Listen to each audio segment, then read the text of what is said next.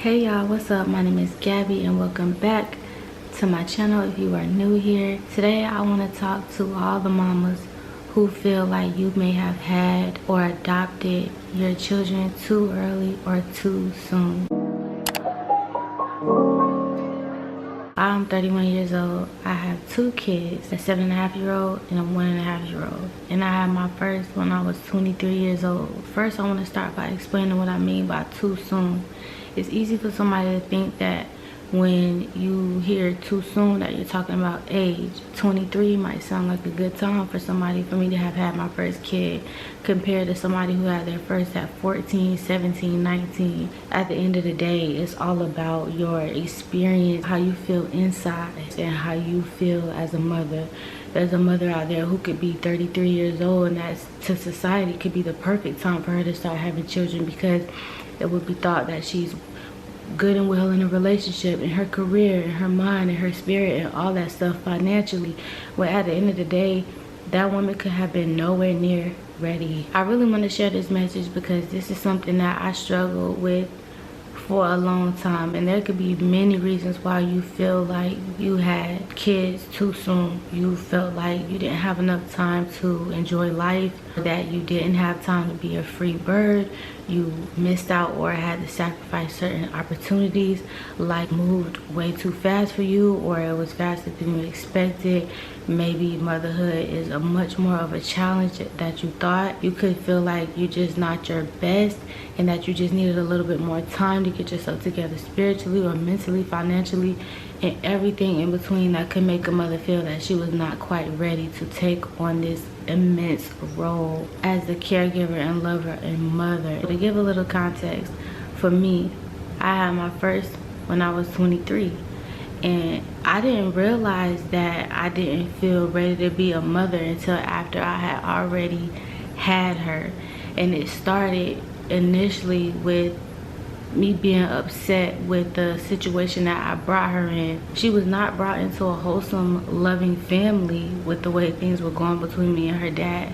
So off gate, I had already felt like I had failed my child because I just knew, like most women, I wanted to give my children unity and love and everything in between in a family. So that was already hard for me in the beginning. I got pregnant with my daughter my super senior year in college. So my 5th year, I had her in February and I graduated in June. So by the time I left my college town and I went back home to my mom's for a little while, I was in two big transitions at the same time.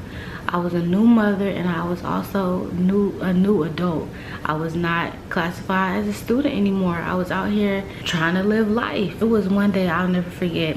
I was about to go somewhere. I had on a white t-shirt, some jeans, some sneakers, and a crossbody bag.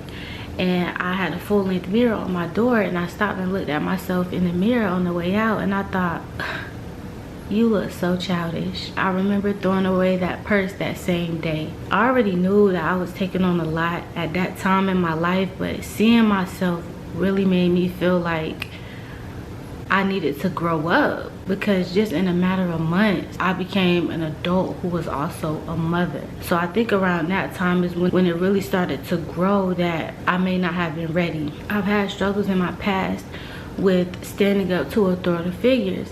And I don't know about any other cultures or area of the country or the world, but in the Black community and in the South, you are raised to respect your elders, period. So that stuck with me really strong. So when I would be in situations where there was somebody over me, like a boss or something at work, I didn't know how to approach the situation when I was being talked down on, when I was being disrespected.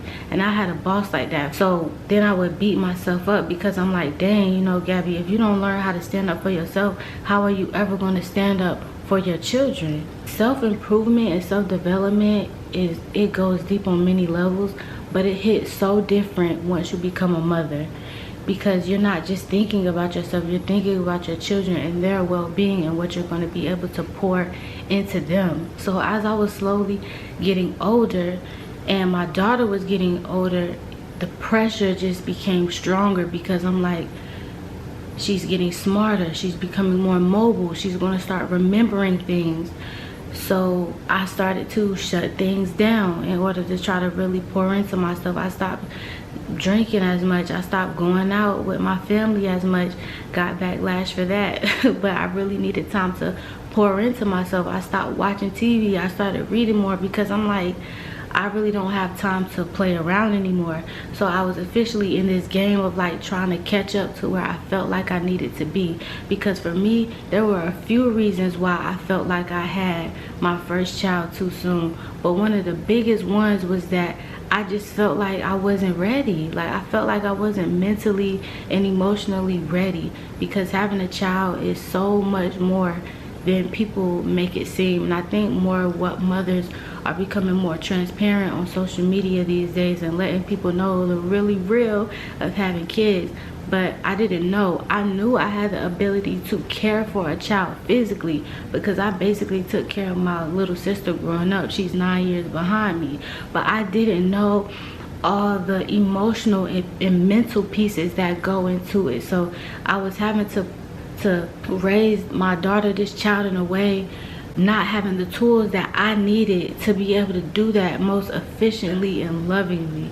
So already I felt like I was in this race of trying to catch up and be the mother I wanted to be and that I needed to be for her. So for the first 2 years of my daughter's life, I was raising her on my own. She was 6 months when I moved back home. I stayed home for a year, saved up money, and got up out of my mama's house. Okay, got up out of there.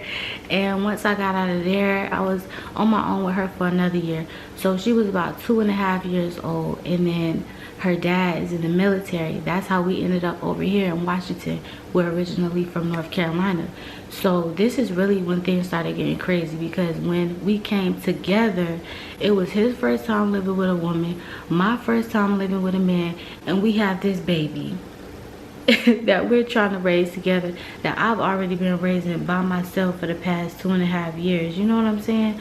So there was a lot going on. Like, there was a lot of growing pains for both of us, because you know, we're trying to figure out how to raise this baby together. We're bumping heads in communication styles and getting used to how he lives and how I live. We just had two different styles of a lot of different things. So there was a lot going on in that time, and that season I just felt myself becoming depressed, because I was constantly in this negative cycle, because I realized that I was trying to fulfill my shortcomings that I felt I had as a mother by being just selfless. I was so selfless. Like, I felt like I was the one in the home who was giving every part of myself to everybody else, well, to both of them, and it was really just tearing me apart inside. So I was like, you know what, we're gonna learn how to be more selfish. So I would do things that was selfish for me. Like, I was in a soul-sucking job that I hated. So I took her to daycare in the morning, and he picked her up after work. So on my way home from work, I would be quiet. The 30-minute drive, no music, no nothing, because I just needed time to decompress. I would come into the house, say hey to them, and then go into the room and just have the first 30 minutes at home to myself, because I just needed quiet. I just needed peace for a minute. I needed to be able to think, because I get up earlier now, but back then, no, baby. I'm getting up, I'm brushing my teeth, I'm throwing on clothes, I'm getting her ready, and I'm out the door, okay? I didn't leave time to do anything in the morning, so it's like I never had time throughout the day to really think. So that was just the time I had. But I felt really bad for that, you know, because everybody's home now, and this should be the time that we should be loving on each other and saying hey and everything like that. And I was just closed in the room for the first 30 minutes. And it was just a thing, like, they knew, oh, mama needs her 30 minutes after work. So I would give myself grace, because I'm like, you know, you're trying to figure it out. You're doing this for you, and you're doing this for them. And then because it wasn't being selfish in a good way, I would still feel guilty, you know. So then I would find myself back in a place where I was trying to give myself grace. So it was just a negative cycle that was just going on over and over again, and I just could not figure out how to get the wheel to the wheel to turn so that thing could stop.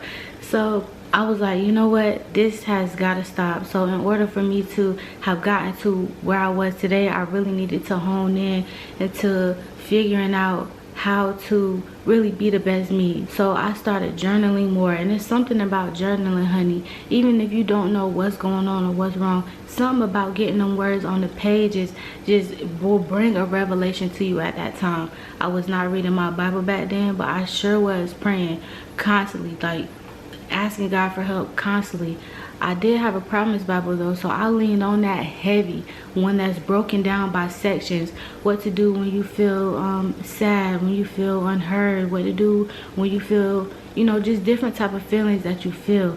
I use that so much, and it really helped get me through that time. And I really started just communicating more. I started telling her dad how I was feeling in certain situations, in certain seasons.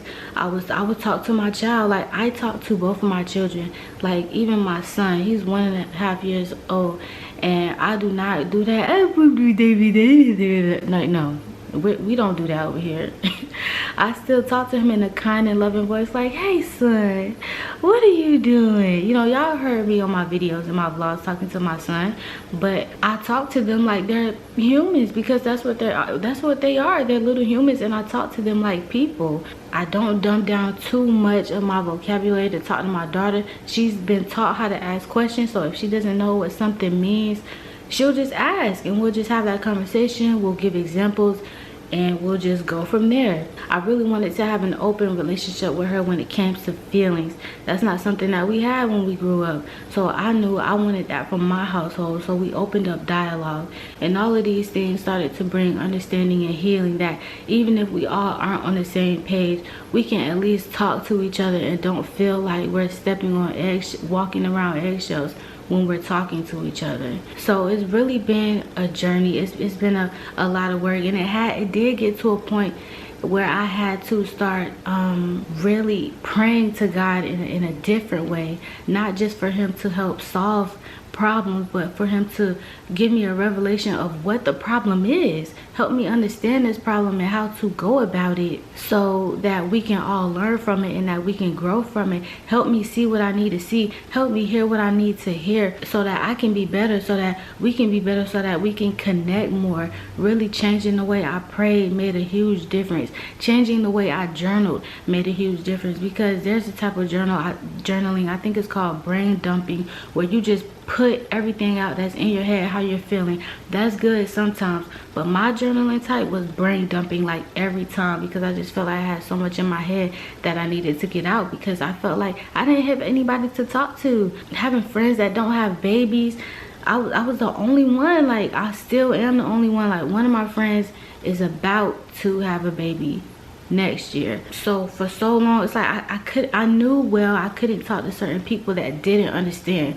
So much of this I was just going through on my own, and God just started slowly like picking away at things and peeling things back and showing me what I need to do and who I was. But with all that said, I really want to give hope to you, that if this is you, a message to depart with, to let you know that it's okay and that it's gonna be okay. And the first thing I want to leave with you is that you will never be 100% ready to be a mother. You just won't. It doesn't matter if you raised all your siblings. It doesn't matter if you're the best aunt in the world. It doesn't matter. Like, it's nothing like having your own. Whether you birthed those kids or you adopted those kids, it doesn't matter. It is nothing like them being yours. And you will never be 100% ready. You will either be prepared or unprepared. There's just some things that you will not know. For example, me, my oldest daughter has ADHD diagnosed. I started to kind of get a feel that something was going on for a couple of years. We did behavioral therapy for about a year, and then we went to go to the doctor to see, you know, if there was anything further, and then she got diagnosed. And when I found out, it was just a mix of emotions, because I was happy to know, okay, like now I know what pathway to go so that we can move forward. But it was also like, what in the world, how could this be? You know, I didn't know anybody who had ADHD, And this was just a whole new world of information for me. And it's just been such a journey, like for me and for her and for us, for all of us as a household, moving together, like learning and about this and how to go about things. So that's something I never would have known. I could have prepared for motherhood all day and night, but nothing would have ever prepared me for that. So that's something that you got to understand, sis. Whether you are trying to have a baby, about to have a baby, adopted a child, about to adopt a child, you have several kids already, whatever your circumstance is as a mother, you will never have been ready for absolutely everything that you're experiencing right now as a mom. The next thing that really helped me is understanding that children are a gift. This is just my belief, but children are a gift from God, sis. People look at their children as possessions. You better get your kids. No, them my kids. You know, people just throw these words around like kids can be tossed around like that. Kids are literally human beings. They're just small. They need to be nurtured into being a good person that's good to themselves and good to other people and good for society. They're not just things that we can have and that we can cling on and that we should cling on to. I think that's why a lot of kids rebel when they get older, because they're not seen as who they are, which is a person. So understanding that children are a gift from God that are given to us as a mother to be their parent is a part of our assignment on this earth. When you start to wrap your head around that, you will understand that you don't have to try to control your kids and everything that they do. It's just your job to guide them and to help them. And it takes so much pressure off of you as a mother, thinking that you have to do everything right, because you don't. You really don't, which leads into my next huge point. Oh my God, having these children, they are here to test us, to teach us, to lead us, to guide us, to sculpt us, to shape us, to prune us. They say the people closest to you can get under your skin better than anybody else. And you know, I don't think most people do that on purpose. I think God has designed certain people in our lives to be that way, to show us who we are, to show us how we need work. You know, you'll see parents hollering at their kids all the time when their kids are like dropping stuff and breaking stuff, especially little babies, or when babies hit somebody or something like that. But when you really think about it, this is a baby. They don't know. They're just, a baby is just exploring. They're not meaning to tear everything up. They just want to see what's going on. A child, you know, they're still trying to figure out their motor skills and everything like that. So if they drop something, they really didn't mean it. Like, they didn't need to get lashed out on for something that they really didn't try to destroy. It's not like these little kids are trying to destroy things. They're just experiencing life. You know, when babies cry, you know, I really learned this with my youngest, with my 1.5-year-old. It would be times where he would cry, and I really learned this time in that moment to just love on him. His dad would say stuff like, "Boy, why you doing all that crying?" And it just really started clicking to me. And we were talking about this. He's a baby. If it's not okay for him to cry now, when will it ever be okay for him to cry? We just have to learn how to take it step by step and give these children grace. I used to have a really hard time with yelling at my kids all the time. I made a video about that a while ago, and I can say glory be to God that that's not my experience anymore.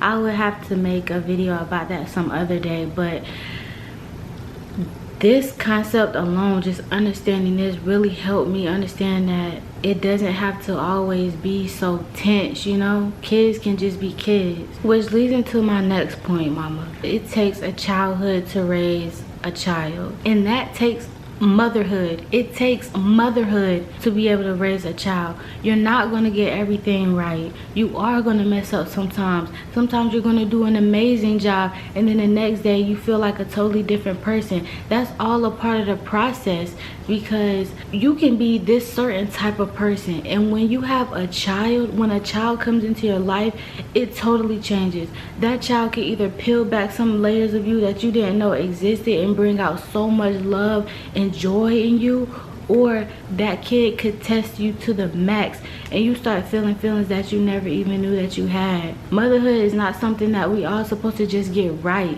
and social media just has a way of showing these different type of parenting styles and these different type of moms. Sometimes we can feel bad about ourselves, but nobody's way is 100% right, and I think the best thing that we can do is pick little things here and there that we believe work for us. Now, I'm all for gentle parenting, but that's a conversation for another day, which in my opinion, I just believe gentle parenting is treating your children with love, treating your children with respect and giving them love, and not using violence in order to discipline them. So many people think that beating your child is the only way that you can get them to understand a problem, and it's not. So in all, you just got to be patient with them. You just got to be patient with yourself. If you feel like you had your children too soon, there's not really any time that would have felt perfect. I'm sure there's women who are having children in their 40s, 50s, and 60s, and they still probably feel flustered sometimes, because that's what motherhood is sometimes. You just don't know what you're doing. We're just trying to figure it out. We're all raising humans that are different, you know, so some advice from somebody might work and some might not. That's just a part of the process. And the really big thing I really want you to get and understand when it comes to feeling like you had your children too soon, that you just needed a little bit more time, a little bit more money, a little bit more wisdom, a little bit more patience, a little bit more softness, is that you have to give yourself grace, time, and space, and set a routine for you and your children to be able to get there. Because just because you don't have all those things that you wish you would have had first, right now or in that very moment, you can still obtain those things. You can still acquire those things.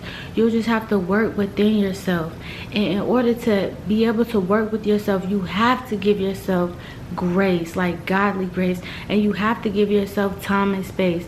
Now, the way I was doing things before, when I would take 30 minutes to myself to after work, I don't need stuff like that anymore. And it's funny because it actually took their dad a while to adapt to me not being that way anymore, because he'd be like, oh, you know, we'll go to the store to give you some time, and I'd be like, I'm okay, like I can come with y'all, like I don't need that. You know, because I was in that space for so long. Because I'm telling you, this type of stuff takes work, but that was time that I really needed for myself. It was like a sacrifice for all of us that really helped us all in the end. And you got to understand, some things will just be a sacrifice, but just for a short period of time. And once you get to the end, all of that hard work, all of that stuff that you and everybody else had to go through around you will have been worth it.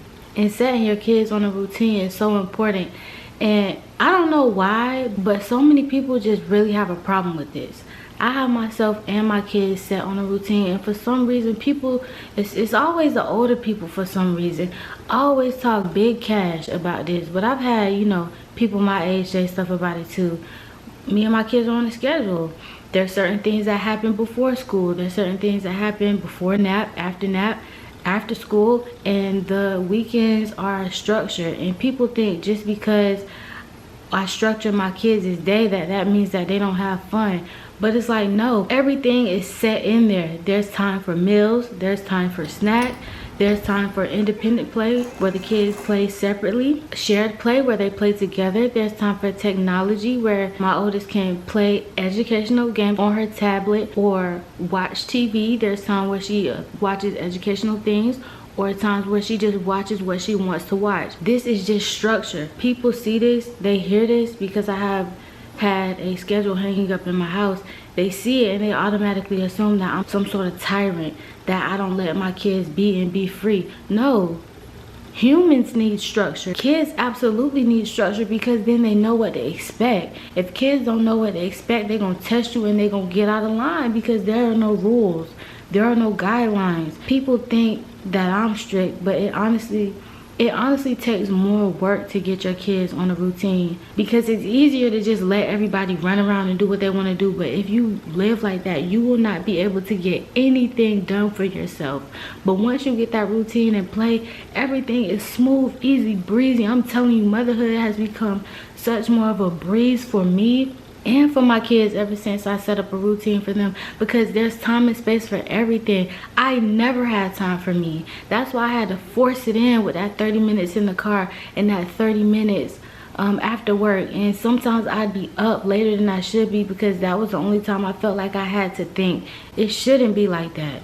It shouldn't be like that. And you're going to have to put time in there for you. The first couple of hours of the day, I don't even look at my phone. I don't check my phone. I spend that time with God. I spend that time with myself. There's certain times throughout the day that I have for me and I need for me. And it doesn't matter what your situation is. If you work from home, if you are a stay-at-home mom, if you work at a company in a physical building, or if you're single, but this is very important for single mothers to pick up, or if you have a partner, like, you still need time for yourself to be able to pour in yourself to do the things that you want to do and get things done. And that's what had me messed up when I was always falling into guilt, because I felt like I was taking away from everybody else and giving to myself, but I didn't add time in to give to myself. I was taking away from the time that was already there to give to myself, and that's what felt selfish. And I do not feel selfish anymore, because yes, I did have to start getting up early. Yes, I did have to set a routine and a structure for our household, but it works for everybody, and we have been flourishing ever since. You don't want to have to fit yourself into your routine, because at the end of the day, you need to take care of yourself first. And if you are not right within, it's going to trickle down and reflect on your children or your child or everybody else in the household. Like I was saying, if you're an adoptive parent, if these are children that you birthed, they're still your children. And that's another thing too. There will always be somebody out there who has something negative to say about how you parent. People come around for 2 seconds and evaluate you, and they think they know everything about you and your household. There's people who will never respect you as a mother, who will always have negative things to say about you, and they don't even know what you're going through day in and day out with those children. It's the people who do absolutely nothing for your children, sis, that try to tell you everything that you need to do and everything that you're doing wrong. Don't let that stuff bother you. I used to let that stuff bother me for so long, and then one day I woke up and I was like, I'm the mama. I take care of these kids day in and day out. Nobody does anything as much for my kids as I do. Should be expected. I know, I understand that, right? Their dad is in the military. He's gone right now. He's gone right now because he's deployed, so it's just me and them. I do so much for my children, for them physically and emotionally and mentally. I pour so much into my kids, and I would not be able to do that for them if I couldn't do that for myself, if I didn't learn how to do this for myself, if I didn't learn how to ignore people who think they know everything about my kids but don't know nothing.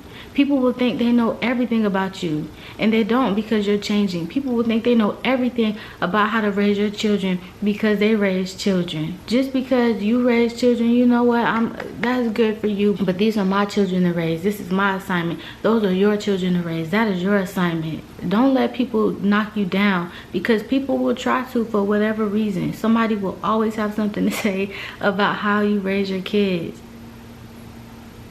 But it's not their business, especially if you know what you're doing day in and day out, because they don't know those parts.